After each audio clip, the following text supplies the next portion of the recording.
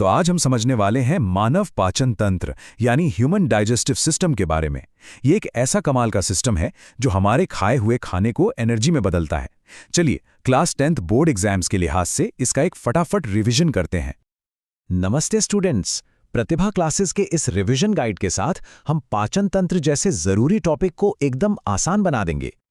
कभी सोचा है कि जब हम अपने फेवरेट खाने का एक निवाला लेते हैं तो उसके बाद हमारे शरीर के अंदर होता क्या है? असल में ये किसी एडवेंचर से कम नहीं है और आज हम उसी दिलचस्प सफर पर निकलने वाले हैं। देखिए, हमारा खाना इन 5 मुख्य पड़ावों से गुजरता है। ये इस पूरे सफर का रोड मैप है। शुरुआत होती है मुंह से, फिर खाना ऑसोफेगस से होता हुआ पेट में जाता है और फिर छोटी आंत और बड़ी आंत से गुजरता है। तो चलिए उठाते हैं इस यात्रा का पहला कदम। तो कहानी शुरू होती है पहले कुछ सेकंड से। यकीन मानिए, पाचन की प्रक्रिया मुंह में खाना रखते ही शुरू हो जाती है। मुंह के अंदर असल में 2 बड़े काम होते हैं। पहला, हमारे दांत खाने को छोटे छोटे टुकड़ों में तोड़ते हैं, ये हुआ मैकेनिकल काम। और दूसरा, हमारी जीभ में मौजूद सैलिवरी ग्लैंड से लार निकलती है जो अपना केमिकल जादू चलाती है। इस लार में एक बहुत ज़रूरी एंजाइम होता है, सैलिवरी एमाइलेज, जो खाने में मौजूद स्टार्च को शुगर में बदलना यहीं से शुरू कर देता है। मुंह के बाद खाना एसोफेगस मतलब कि फूड पाइप में फिसलता है। और नहीं, यहाँ ग्रेविटी का कोई खेल नहीं है। यहाँ एक खास तरह की गति होती है जिसे पेरिस्टाल्टिक मूवमेंट कहते हैं। सोचकर देखिए, जैसे हम किसी ट्यूब को दबा दबा कर अंदर की चीज को आगे बढ़ाते हैं ना, ठीक वैसे ही मांसपेशियां एक लहर बनाकर खाने को नीचे पेट की तरफ धकेलती हैं। और अब खाना पहुंचता है हमारे शरीर के एसिडिक मिक्सर में, यानी पेट में। यहां पाचन का अगला और बहुत ही एक्शन से भरा चरण शुरू होता है। जरा सोचिए, खाना हमारे पेट में करीब करीब 3 घंटे तक रहता है और ये कोई वेटिंग रूम नहीं है। इस दौरान पेट की दीवारें लगातार खाने को मथती हैं और उस पर कई पावरफुल केमिकल्स अपना काम करते हैं। पेट में गैस्ट्रिक जूस की एक पावर ट्रियो मतलब तिकड़ी काम करती है। सबसे पहले है हाइड्रोक्लोरिक एसिड या HCl, जो एक एसिडिक माहौल बनाकर खाने के साथ आए बैक्टीरिया का काम तमाम कर देता है। फिर एक्शन में आता है पेप्सिन, एक एंजाइम जो प्रोटीन को पचाना शुरू करता है। और इन दोनों के खतरनाक असर से पेट को बचाने के लिए है म्यूकस, जो एक सुरक्षा कवच की तरह काम करता है। ये पेट के अंदर का एक कमाल का बैलेंस है। एक तरफ HCl इतना स्ट्रॉन्ग एसिड बनाता है कि वो कीटाणुओं को मार सके, तो दूसरी तरफ म्यूकस एक शील्ड की तरह पेट की दीवारों को उसी एसिड से जलने से बचाता है। अब एंट्री होती है इस कहानी के असली हीरो की, छोटी आंत। जी हां, पाचन तंत्र का सबसे लंबा और सबसे जरूरी हिस्सा। ये पॉइंट एग्जाम के लिए सबसे जरूरी है, इसे अच्छे से याद रखिएगा। खाने का कंप्लीट डाइजेशन यानी संपूर्ण पाचन कहीं और नहीं बल्कि छोटी आंत में ही होता है।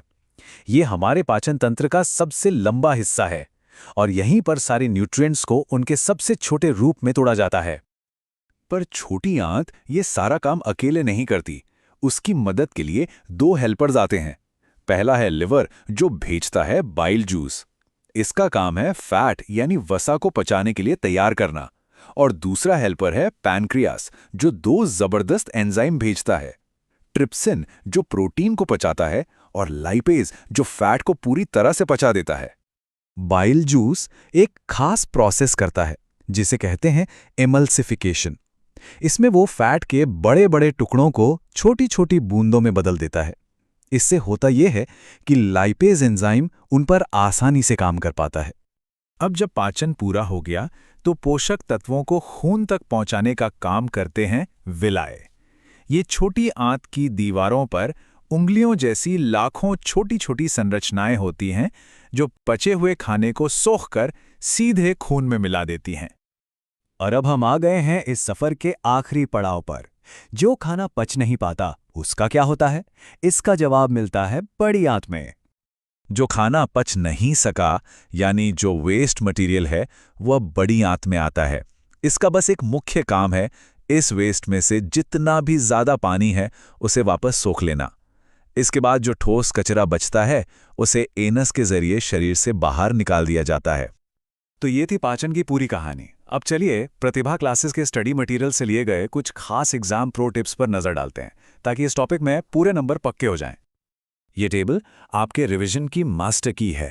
ये 4 मुख्य एंजाइम और उनके काम तो जरूर याद रखने हैं। मुंह में सलाइवरी एमिलेज स्टार्च पर, पेट में पेप्सिन प्रोटीन पर, और छोटी आंत में ट्रिप्सिन प्रोटीन पर और लाइपेज फैट पर।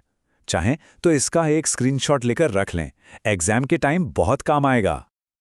और आखिर में कुछ ज़रूरी बातें याद रखिएगा, ये टॉपिक 5 नंबर तक का आ सकता है।